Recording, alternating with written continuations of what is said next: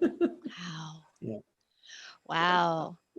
Yeah. So that's actually is a great way for us to bridge into talking about just the property and how people can come visit you, correct? And be a part of planting trees and learning about the We culture. we encourage people to do this. How the Hacienda Rio Cote project started out um, was actually, it started out with environmentalism because two of our authors, right, Robert Lawler and Joanna Lambert. Robert wrote Voices of the First Day, Awakening the Aboriginal Dreamtime, and Joanna wrote Wise Women of the Dreamtime. And they're married, and they were living on King Island in Australia, which is in the Tasman Straits. And there was an old mine um, there on that island that the Chinese wanted to reopen because Australia is primarily a natural resource bank for the Chinese, and they're extracting here left, right, and center from Australia. And Robert and Joanna were very concerned about this mine being reopened because they thought it was environmentally toxic, and they went on to prove that. They actually, with their own money, got a lab to come in and test the water near the school, and the water was still bad. Lake water was still bad from when the mine was open. Anyway, they proved pretty conclusively to the community that this would not be a good idea, but there was a lot of money involved, and a lot of people were going to get wealthy, and their imagination didn't fit with Robert and Joanna's, and they got death threats. Okay, so they called me up one day and they said, "Ehud, we want to come to Costa Rica, find us some land." So that's what I did, and I found this land, and it was going to be a place for Rob and Joanna to settle, and I was going to work with them on that. And what happened is Joanna passed away, and it didn't happen. And now I had this land, and I'm going, what am I going to do?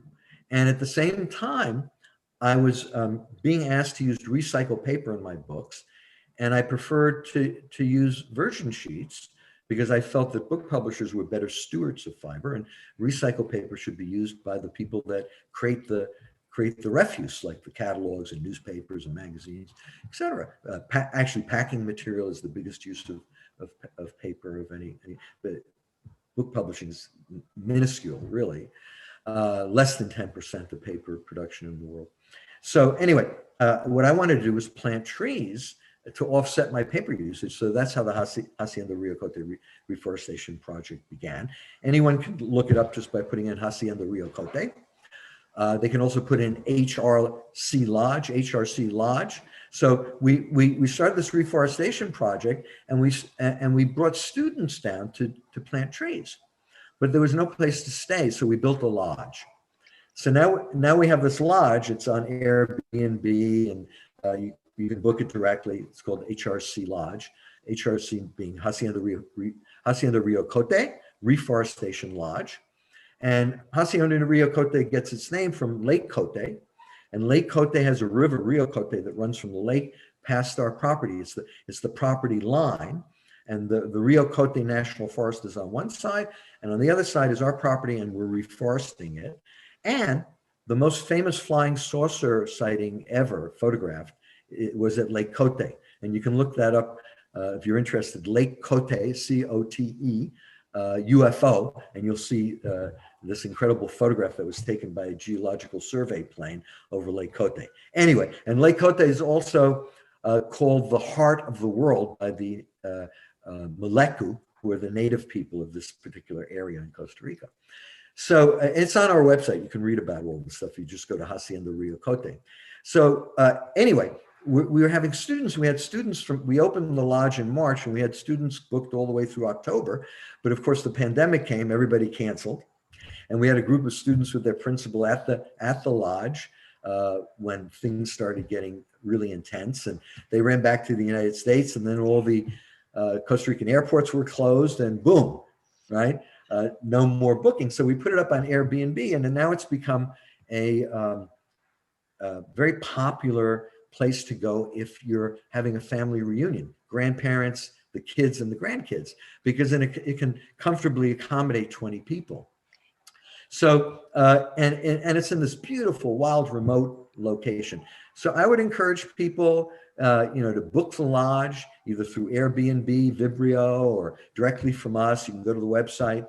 Uh, when you book the lodge, say you want to do reforestation, because we have a whole program for people that come down and want to do reforestation. We also have a cultural program where you can go into the primary forest. So our farms are about a third that we're reforesting, a third that are primary jungle that are in contract with the Costa Rican government for carbon credits. It can't be touched. So the part that's contiguous with the river and the national forest, that's all still primary forest, and it's under contract, can't be touched. Then we're doing reforestation after that. And then after that, and closest to the road, is grazing. And we're doing grazing in a system that carbon sequesters. And you can read about that on our website as well. Carbon sequestering through cattle grazing.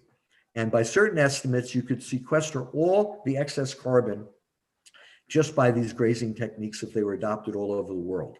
So it's a fascinating thing. Human imagination, right? It's not an argument about the wind doesn't blow all day and the battery's big enough, or what. It's about imagination, right? Where are we going with all of this? What do we want to be in the future? What kind of way do we want to live in this world, right? Those are the primary things we need to be thinking about, and then we need to imagine that world and make it so, right? And that's where the wealth creation is going to be in the future.